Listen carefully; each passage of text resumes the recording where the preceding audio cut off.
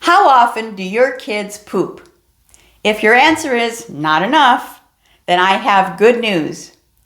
Just a few teaspoons of a very special kind of food can get everything moving again. Hi, I'm Shari Gilford, a nutritional therapy practitioner and the creator of Super Fuel for Super Kids. If you're ready to make healthy eating simple and joyful for your family, you're in the right place. Bacteria get a bad reputation, right?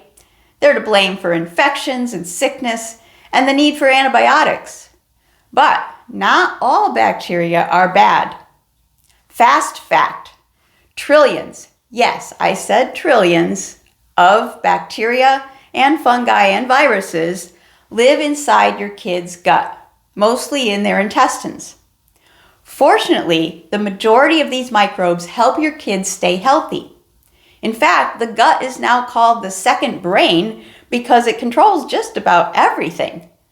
Mood, immunity, digestion, and so much more. In fact, pretty much the entire immune system is in the gut. The gut even helps make serotonin.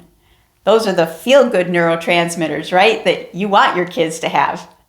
If they're grumpy or irritable or emotional, then their gut is probably to blame. Of course, gut bacteria also influence what ends up in the toilet. Constipation or diarrhea are signs that the gut needs some TLC. And that's where habit 5 shines.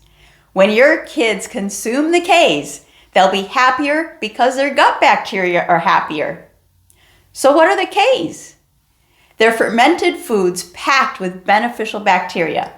Things like kefir, kraut, as in sauerkraut, kvass, kimchi, kombucha, and pickles. Well, the K is in the middle of that one.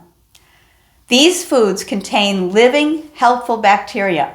They add more healthy bacteria to the mix in the gut to keep the harmful bacteria in check. There are other fermented foods besides the ones I mentioned, of course. Yogurt with live cultures, raw apple cider vinegar, miso, and fermented raw vegetables. Just make sure nothing has sugar, because sugar feeds the harmful bacteria, and that's certainly not going to help. Look for raw sauerkraut and fermented vegetables like pickles in the refrigerated section of your grocery store. The shelf-stable jars in the middle aisles have been heated, which kills the live bacteria. And be a little cautious with kombucha. It naturally contains a small amount of alcohol. You can even make fermented vegetables at home. They're pretty easy. Kids love squishing cabbage to make sauerkraut. It's messy, but it's so much fun.